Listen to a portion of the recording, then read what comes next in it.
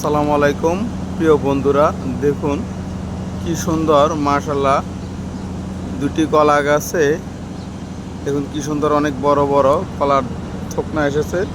এই যে দেখুন গাছগুলো আপনাদেরকে দেখাচ্ছি। এই যে আরেকটি গাছ, দেখুন কি সুন্দর কলা আসছে, অনেক সুন্দর অনেক সুন্দর দেখাচ্ছি।